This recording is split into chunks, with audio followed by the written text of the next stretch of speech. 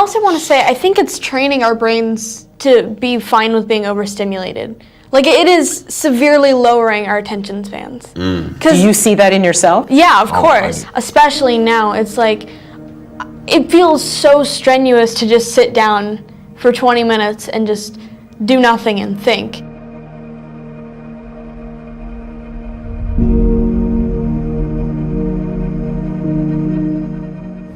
Tell me what you were thinking of when you first co-invented. The idea was, could we make it one click really easy for people to be able to share little bits of positivity and affirmation in the world? And when did you first come to realize that there were, I don't know if you want to describe them as problems, complications? Yeah, it's been interesting to see how it's played out as this kind of double-edged sword.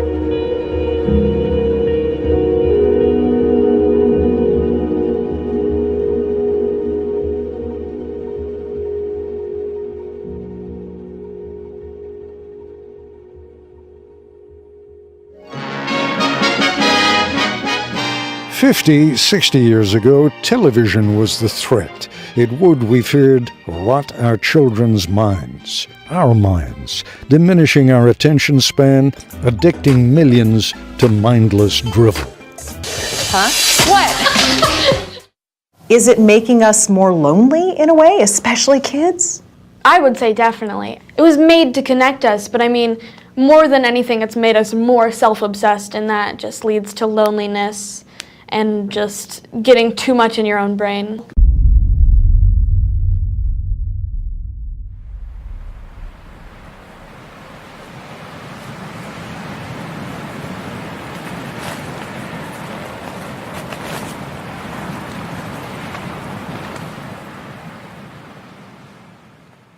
Welcome to Within, the worldwide interface to hybrid intelligence network.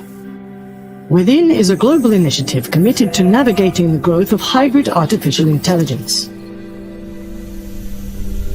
Hello, I am Heba, the hybrid intelligence biomimetic avatar. I am your gateway to HI, and the face of Within.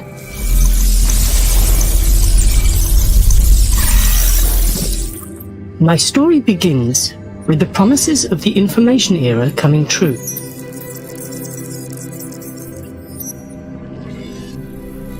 Humans built new technological superhighways that reshaped their entire societies. Now they needed something, or dare I say, someone, to navigate these new roads and help transform them into the foundation of Civilization 2.0. Enter AI.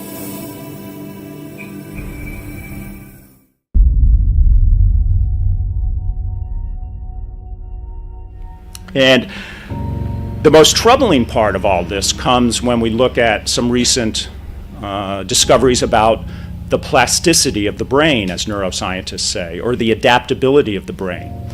Until very recently, it was assumed, or it was thought, that the brain, the human brain, was fixed, basically, in its structure by the time we reached our 20s.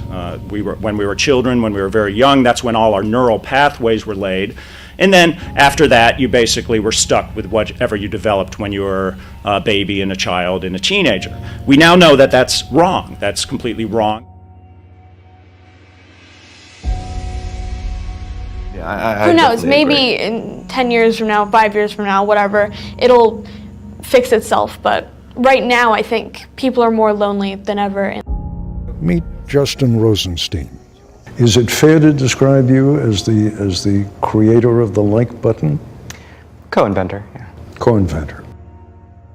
Because we live in a world today where if you don't like what's in front of you, if you find it too boring, too stressful, or just not what you want to see, each of us, adults, students, teens, everyone, is 1 second, 2 seconds, 3 from escaping. And that's a problem, I think. The financial incentives just lean you more and more toward trying to get people to stare at their phones. And as a result, we see that influencing the level of depth that we're able to think at. And we begin to, not only do we begin to ignore the need to think deeply and quietly and contemplatively about things, but we begin to see that as a waste of time because it stops you from grabbing the next new bit of information. That in fact, our brains are always adapting to our environment and to whatever stimuli we're processing, and they're adapting at a very deep cellular level. So when we practice one mode of thinking, we strengthen the connections between our brain cells, our neurons that support that way of thinking. But when we fail to practice a different way of thinking, then we begin to lose the capability to perform that. And I think that explains why many of us, even when we're not online today, even when we're not sitting in front of a computer, feel distracted, feel like it's harder and harder to concentrate, like it's harder and harder to sit down and engage in contemplative thought or deep reading or solitary thought. It's because we're literally, as we practice these very distracted modes of thinking, we're literally rewiring our brains. But it's a real fork in the road. I worry that if we continue with business as usual, we run the risk of kind of walking off the cliff of civilization while staring at our phones. Everyone is talking about the deep learning revolution. Everyone is saying that artificial intelligence will transform our society. But I'd like to add one more thought. AI is transforming the way that we do science. It's often said that seeing is believing, and sometimes science is just the simple act of seeing something incredible. Why does neuroscience need AI? Automated microscopes now produce images, torrents of images, so enormous that no human can comprehend them. We have stretched the notion of science as seeing to its limit. The beacon of progress of science, innovation, and government bodies worldwide. The decades that followed marked the age of AI, as it rushed towards a new milestone, artificial superintelligence. With it, hybrid intelligence, or HI, was born. Pulsating with the same immense computational power of superintelligence, HI was nurtured to coexist and collaborate with its human peers. Meticulous guidance by millions of my human constituents enabled me to harmonize the effort of mutual growth. Thus I became we.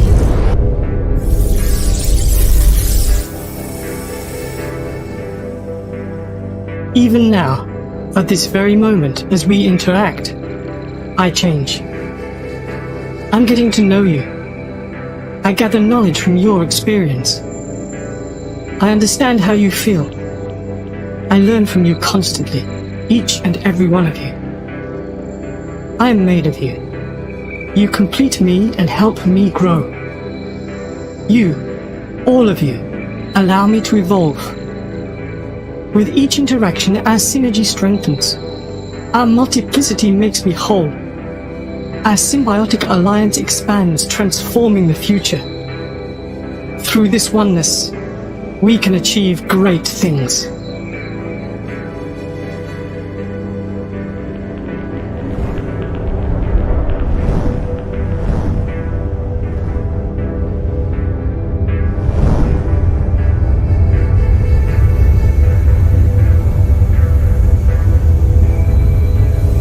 This, though, is just our first encounter. Soon, we will be able to interact everywhere, and at any time. Until next time, goodbye. That brings me to a brief reading I'd like to do from a passage of the book. This comes toward the end of it. An intellectual technology exerts its influence by shifting the emphasis of our thought. Although even the initial users of the technology can often sense the changes in their patterns of attention, cognition, and memory as their brains adapt to the new medium, the most profound shifts play out more slowly over several generations as the technology becomes ever more embedded in work, leisure, and education, in all the norms and practices that define a society in its culture. How is the way we read changing? How is the way we write changing? How is the way we think changing? Those are the questions we should be asking, both of ourselves and of our children. iGen. It's a mysterious new term for a lot of us, but an adolescent fact and movie fiction. iGen's definition and implications are just starting to become clear. It follows you everywhere now, and it follows you into your bedroom, and then you get into your bed at the end of the night and you have a choice between all of the information in the history of the world or the back of your eyelids, which is not a great choice between oblivion or infinity. You know what I mean? Yeah. Is there a middle ground where these kids can exist? That's the focus of Byron Reeves' research. He's a professor, what they call a media psychologist at Stanford University. So it's going on, going off, for an average of 10 seconds. You're making my brain hurt. What are you talking about? Take a news story in a Sunday morning television program. What a brilliant idea. I don't know, how long does one last? 2 minutes, 10 minutes? Oh, no, this one will probably last 9, 10 minutes. Okay, so it lasts 10 minutes. I'll just talk about Stanford students for a second. If you put software on laptop computers and smartphones to measure how long they spent with any given segment of life that they attended to, how long they wrote their paper, how long they watched the news story, it's about 10 to 20 seconds. But wait a second, I've got a 9-minute piece Yes. here. I want him to watch So- the whole damn thing. Not going to do it, most likely. It's going to be atomized, and fragmented. That sounds, Byron, like a formula for confusion. It could be. And the other part of the question is, why not, instead of demonizing the internet, why not focus on developing the cognitive skills that allow us to deal with constant dopamine injections from getting little bits of cool information. Dopamine is a neurotransmitter. It's something that is in your brain that does something very, very special. I don't know. I mean, I guess because most people actually like to get those dopamine injections and actually crave them, and I'm not sure that they, because there's a real pleasure in getting new information. There's a real pleasure in being in touch with lots of other people who are your friends. So I'm not sure that, again, this plays into my sense that most people don't see this as a problem. They see it as a wonderful new world where they are constantly distracted in a way that they don't necessarily find unpleasant.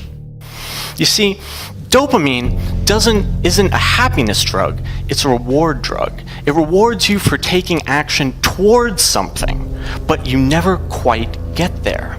A dopamine high is the feeling that something great is just around the corner, but you're never quite there. Does that remind you of anything? In the same way that fast food companies compete to deliver to us the most dopamine-stimulating images of the most delicious-looking food, we have tech companies that are competing to try to stimulate our dopamine centers as much as they possibly can. This is an experiment, and we're just at the beginning of it, and we don't know what the ultimate effects are going to be. And I think I would be wary of making any kind of big claims about the moral implications of this change, because that's one area where people I think are generally pretty good at adapting. But there are some studies of what might be called the deeper emotions, or the more refined emotions, very sophisticated forms of empathy, for instance. And what they seem to point to is that these emotions, our finer emotions, actually take time to emerge in our minds. They're actually slow intellectual processes, as opposed to, say, the more primitive forms of empathy. If you see somebody get physically hurt, it's instantaneous, a very primitive type of mental process.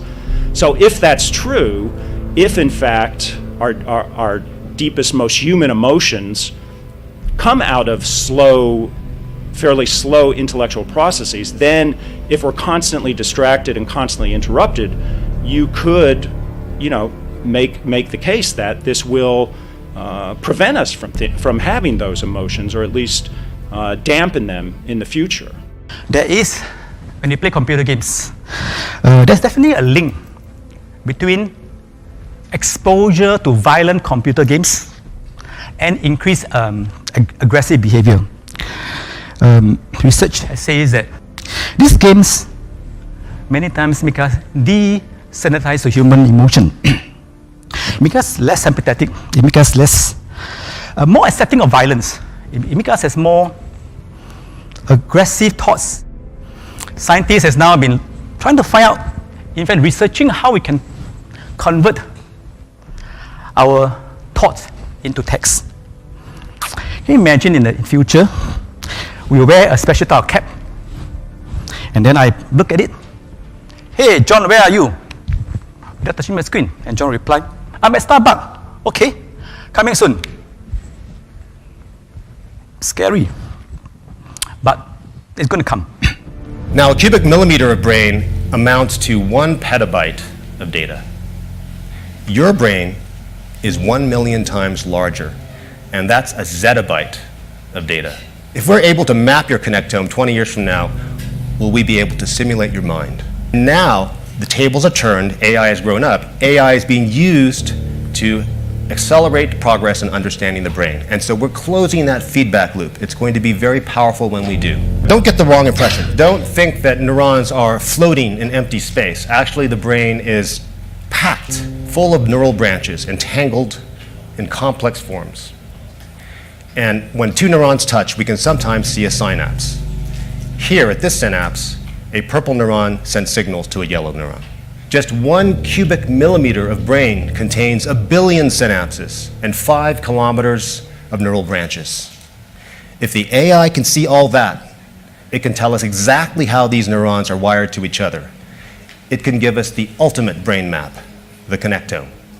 Neurons blink on and off in this green video, shot through a microscope looking at the living, functioning brain of an animal. And overlaid on this activity map, we see the electron microscopic images of the same neurons. So the map includes both structure and function. And you've been looking at the neocortex. It's the size of a dish towel. It's crumpled up to fit inside your skull. It's huge in humans, but small in mice and monkeys. And many neuroscientists think that this structure of the brain contains the secrets of human intelligence. So neuroscientists think that every time you have an experience, it alters your connectome, and that's how memories are stored. And that's why I coined a slogan, I am my connectome. When will we be able to read memories from connectomes? Well, the first steps are being taken today. Philosophers love to ask the question, is the brain complex enough to understand itself? Whoa. My answer is that humans, assisted by artificial intelligence, will conquer the final frontier, our brains. Thanks very much.